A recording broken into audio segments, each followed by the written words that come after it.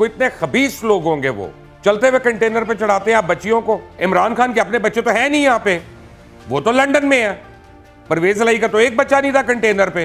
ये होती है मार्च। अपने ही लोगों की जिंदगी अजाब कर दो। खुदा के लिए अपने रिपोर्टर्स भेजना छोड़ दो इस लॉन्ग मार्च के लिए। लाहौर से वहां तक कंटेनर गया, इनसे मुरीद के तक नहीं जा सका। बर्मा की पुलिस भेज दें, इंडिया की भेज दें, यूएस मरीन भेज दें आपके लिए। मेरे ऊपर 56 पर्चे एक साथ थे, 1 2 3 4 13 नहीं। अल्हम्दुलिल्लाह मैं नहीं भागा था। पीएमएलएन से भी काम नहीं हो रहा, ना उनको पॉलिटिक्स करनी आ रही है।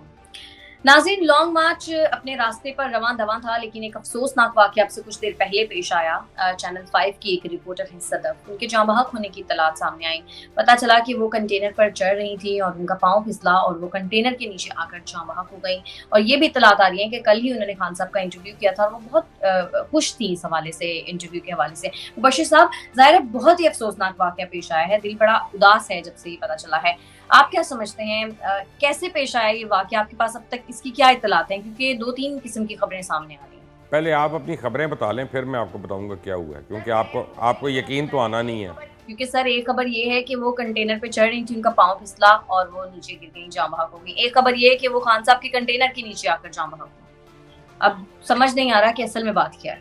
देखें, बेचारी चली गई, इन्ना लिल्लाहि व इन्ना इलैहि राजिऊन। मैं उनको जानता नहीं था, लेकिन वो 2 बच्चों की माँ हैं या थीं, और बच्चे तो रुल जाते हैं माँ के बगैर, बाकी काम तो सारे हो जाते हैं, लेकिन मुझे तो बच्चों का ख्याल आ रहा है। और बड़ी मैंने उनके मुतल्लिक ये सुना है कि बहुत मेहनती रिपोर्टर थी, 3-3 किलोमीटर 4-4 किलोमीटर कभी पैदल जाना, मोटरसाइकिल पे जाना, चिंगची पे जाना, यानी वो अपनी न्यूज़ के लिए वो पीछे रहती थी, और वो यही उन्होंने किया। और मैं आपको बताऊं, आपको मेरी बात बहुत बुरी लगेगी, लेकिन ये लॉन्ग मार्च के जो मुंतज़मीन है, ये उनके ऊपर कत्ल का पर्चा कटना चाहिए इस बात का। सर, लेकिन ये तो हादसा है। तो फिर आप ही कर लें बात, आप कर लें और इमरान खान कर ले, बाकी पूरा मुल्क चुप हो जाता है, क्योंकि आप दोनों को अपनी आवाज़ के अलावा किसी की आवाज़ अच्छी नहीं लगती।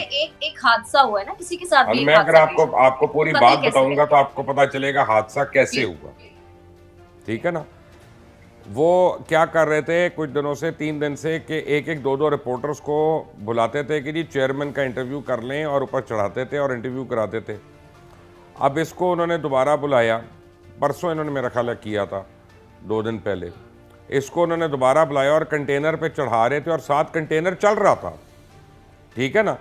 उसमें वो बेचारी स्लिप हुई है, और इसीलिए तो टायर के नीचे आई है ना। मैं वही ये सोचें आप कि अगर कंटेनर खड़ा होता, रुका होता, तो वो बच्ची कुचली कैसे जाती।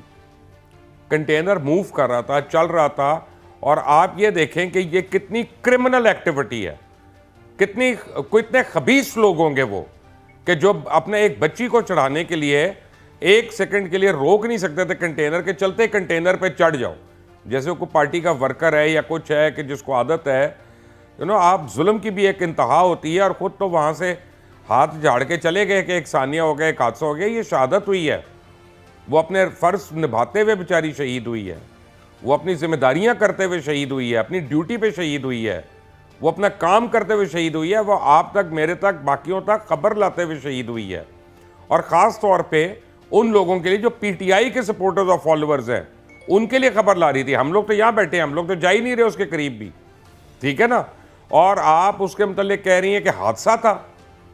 ये पीटीआई वालों को शर्म नहीं आती इस तरह की बात करते हुए? कैसा हादसा था? चलते हुए कंटेनर पे चढ़ाते हैं आप बच्चियों को, यानी 2 बच्चों की 3 बच्चों की माँ, उसको आप कहते हैं भाग के चलते हुए कंटेनर पे चढ़ जाओ। और वो बेचारी अपना बस अब चली गई। लेकिन अब क्या उसके लिए भी यूनिवर्सिटी बनेगी? उसके लिए भी इतनी बड़ी अपना नमाज जनाजा होगी? उसके लिए भी इतना वावेला होगा? उसके भी पोस्टर लगेंगे? जैसा अरशद शरीफ की मौत को कैश करा रहे हैं तहरीक इंसाफ वाले बेशर्मी से, कि वो इसमें भी कर लेना आप। मैं तो आज हर ब्यूरो चीफ को, हर डायरेक्टर न्यूज़ को ये कहूँगा कि खुदा के लिए अपने रिपोर्टर्स भेजना छोड़ दो इस लॉन्ग मार्च के लिए, क्योंकि इन्होंने कोई इंतज़ाम नहीं किया हुआ, इनकी कोई तैयारी नहीं है।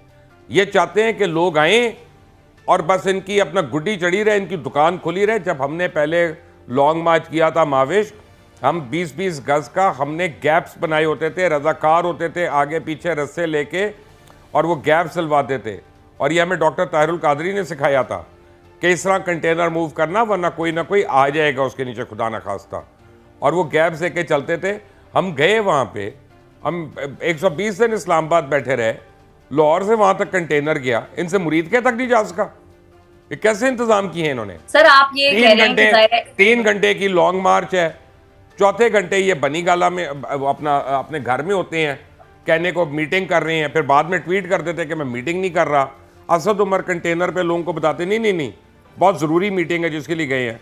इमरान खान ट्वीट कर देते कि नहीं मीटिंग कोई नहीं हो रही। और यार क्या बेवकूफ़ बना रहे हो मुल्क को, और किस चीज़ की मार्च हो रही है? क्या क्या तुमने ले लेना 3000 लोगों के साथ, 5000 लोगों के साथ? इससे ज़्यादा तो अगर अदाकारा मीरा ये कह दे कि जिसने शादी करनी है और फलां ग्राउंड में आ जाए, तो ये 3-4 हज़ार तो उस वक्त भी आ जाएंगे लोग।